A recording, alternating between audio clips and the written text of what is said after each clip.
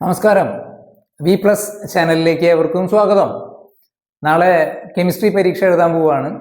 ഞാനും അനീഷ് മാഷും ചില വിഷയങ്ങളുമായി ബന്ധപ്പെട്ട് പ്രെഡിക്ഷൻസ് എന്ന് പറഞ്ഞ ചില വീഡിയോസ് ഇടാറുണ്ട്.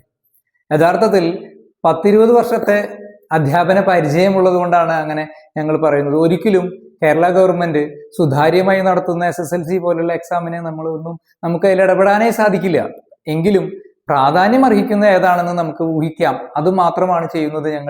ഞങ്ങൾ പറയുന്നതിൽ നിന്ന് നിങ്ങൾക്ക് എന്തായാലും ഒരു 50% മാർക്ക് ലഭിക്കും എന്നുള്ളൊരു ഉറപ്പ് ഞാൻ പറയുന്നു. ഇന്ന് ഞാൻ ഇവിടെ പരിചയപ്പെടുത്താൻ പോകുന്നത് നമ്മുടെ 10ാം ക്ലാസ്സിന്റെ ഏറ്റവും പ്രധാനപ്പെട്ട കെമിസ്ട്രി പരീക്ഷയുടെ 1ാം പാഠം മുതൽ 7ാം പാഠം വരെയുള്ളതിൽ ഏതൊക്കെ ഭാഗങ്ങളെ നിങ്ങൾ പരാമർശിക്കണം, ശ്രദ്ധിച്ചു പോകണം എന്നുള്ളതാണ്. നമുക്ക് നോക്കാം.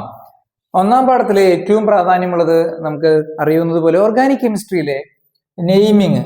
അത് എങ്ങനെ ചോദ്യം വരുന്ന വെച്ചാൽ ചിലപ്പോൾ ഒരു പേര് തന്നിട്ട് അതിന്റെ ഘടന എഴുതാൻ വരാം, ചിലപ്പോൾ ഘടന തന്നിട്ട് പേര് എഴുതാൻ വരാം. അതിൽ തന്നെ ഫങ്ഷണൽ ഗ്രൂപ്പ് വരുന്നത് പ്രത്യേകം നോക്കി പോകണം. കാരണം ഫങ്ഷണൽ ഗ്രൂപ്പ് വരുന്നത് സാധ്യത കൂടുതലാണ്. അതിൽ ഏറ്റവും പ്രധാനപ്പെട്ട മറ്റൊന്നാണ് ഐസോമെറിസം. ഐസോമെറിസവുമായി ബന്ധപ്പെട്ട ഒരു ചോദ്യം ഞാൻ 2 മാർക്കിന്നോ 1 മാർക്കിന്നോ ഒക്കെ വരാൻ സാധ്യതയുള്ളതാണ് ഐസോമെറിസം. അത്രയും പഠിച്ചാൽ അതായി. 2ാം പാഠത്തിലേക്ക് വന്നാൽ ഒരുപാട് കാര്യങ്ങൾ മനസ്സിലാക്കാനുണ്ട്. ഇതിൽ ഏറ്റവും പ്രധാനപ്പെട്ടതാണ് ഒന്ന് സബ്സ്റ്റിറ്റ്യൂഷൻ അഥവാ സബ്സ്റ്റിറ്റ്യൂഷൻ രാസപ്രവർത്തനം എന്ന് പറയുന്നത്, അഥവാ ആദേശ രാസപ്രവർത്തനം, അഡീഷൻ രാസപ്രവർത്തനം, അഡീഷൻ റിയാക്ഷൻ, പോളിമറൈസേഷൻ 2 തരം ഉണ്ട്. അത് നന്നായിട്ട് നോക്കണം. തെർമൽ ക്രാക്കിംഗ്, കമ്പസ്റ്റിൻ ഞാൻ തന്നെ വീഡിയോ ചെയ്തിട്ടുണ്ട്. കമ്പസ്റ്റിൻ വളരെ പ്രധാനപ്പെട്ടതാണ്. അതിന്റെ ബാലൻസിങ് വെച്ചിട്ടുള്ളത് ചോദിക്കും. പിന്നെ നമുക്ക് മെഥനോളും അതേപോലെ എസ്റ്ററും ഒക്കെയാണുള്ളത്. എഥനോളിൽ ഫെർമെന്റേഷൻ എപ്പോഴും ചോദിക്കാറുള്ളതാണ്. അതേപോലെ തന്നെ റെക്ടിഫൈഡ് സ്പിരിറ്റ്, അബ്സല്യൂട്ട് ആൽക്കഹോൾ എന്നൊക്കെ പറയുന്നതിന്റെ വാല്യൂ അടക്കം പഠിച്ചു വെക്കേണ്ടതാണ്. നിർബന്ധമായിട്ടും അത് നോക്കണം. അവിടെ നിന്ന് ഒരു ചോദ്യം ഒരു 1 മാർക്കോ 2 മാർക്കോ ഞാൻ ഇവിടുന്ന് പ്രതീക്ഷിക്കുന്നു. ഇവിടെ ഫെർമെന്റേഷനിൽ ഇക്വേഷൻ അടക്കമുണ്ട്. രണ്ട് തരം ബാക്ടീരിയകളെ കുറിച്ച് പരിചയപ്പെടുത്തുന്നുണ്ട്. അത് സൈമേസും ഇൻവെർട്ടേസും എന്ന് പറയുന്നത്, അതും നമ്മൾ നോക്കി പോകണം. അതേപോലെ എസ്റ്ററിഫിക്കേഷൻ, എസ്റ്ററുകളെ കുറിച്ച് പരിചയപ്പെടുത്തുന്നുണ്ട്. മുല്ലപ്പൂവിലുള്ള എസ്റ്റർ എന്താണ്, അങ്ങനെയുള്ള എസ്റ്ററുകളുടെ പേരുകൾ പരിചയപ്പെട്ടു പോകണം. എസ്റ്ററിഫിക്കേഷൻ്റെ ഒരു ഇക്വേഷൻ ഉണ്ട്, നിർബന്ധമായിട്ട് നോക്കി പോകണം. 3ാം ചാപ്റ്ററിലേക്ക് വരുമ്പോൾ കുറച്ചും കൂടി ലളിതമാണ്. ഇതിൽ ഞാൻ പറയാൻ വിട്ടുപോയ ഒന്നാണ് മെഡിസിൻസ്. അത് ഉറപ്പായിട്ടും വരുന്ന ഒരു 5 തരം പറയുന്നുണ്ട്. ആന്റിബയോട്ടിക്, അനാലജസിക് എന്നൊക്കെ പറയുന്നത് ഉറപ്പായിട്ടും അതിൽ ഒരെണ്ണം വരും. അതെന്താണ് എന്നുള്ളത് നോക്കി പോവുക. വിത്ത് എക്സാമ്പിൾ നോക്കേണ്ടത് നിർബന്ധമാണ്.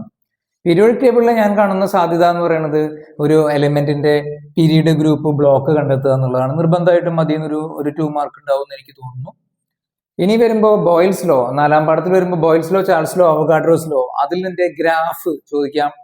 അത് വെച്ച് കണക്ക് ചോദിക്കാൻ സാധ്യതയുണ്ട്. 2 മാർക്കിന്റെ കണക്ക്. മോൾ കൺസെപ്റ്റ് വളരെ ഇമ്പോർട്ടന്റ് ആണ്.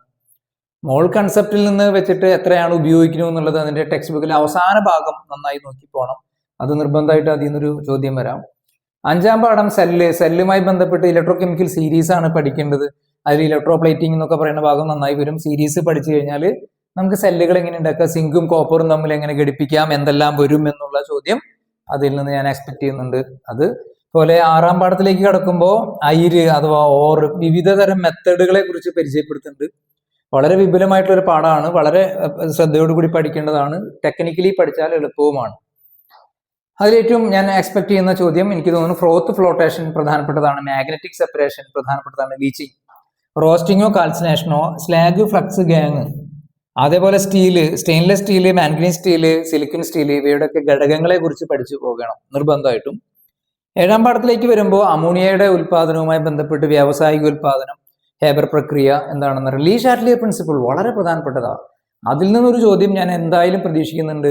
പ്രഷറിന്റെ മർദ്ദത്തിന്റെ എഫക്റ്റ്, അതേപോലെ ടെമ്പറേച്ചറിന്റെ എഫക്റ്റ്, കോൺസെൻട്രേഷന്റെ എഫക്റ്റ് എന്ന് പറഞ്ഞൊരു ചോദ്യം എക്സ്പെക്ട് ചെയ്യുന്നു. ഇതൊക്കെ നമ്മൾ പറയുന്നതെല്ലാം തന്നെ എക്സ്പെക്ടേഷൻസ് ആണ്. പക്ഷെ ഇതെല്ലാം നിങ്ങൾ പരാമർശിക്കുന്ന ഭാഗങ്ങൾ മാത്രം നന്നായി നോക്കി പോയാൽ, ഞാൻ പ്രത്യേകം സ്ട്രെസ് ചെയ്ത് പറയുന്നത് നോക്കി പോയാൽ നിങ്ങൾക്ക് ഇതിൽ 60% മാർക്ക് ഉറപ്പായിട്ടും ലഭിക്കുമെന്ന് പറഞ്ഞുകൊണ്ട് നിർത്തുന്നു. നന്ദി, നമസ്കാരം. വീണ്ടും കാണുമ്പോഴേക്കും ബൈ ബൈ.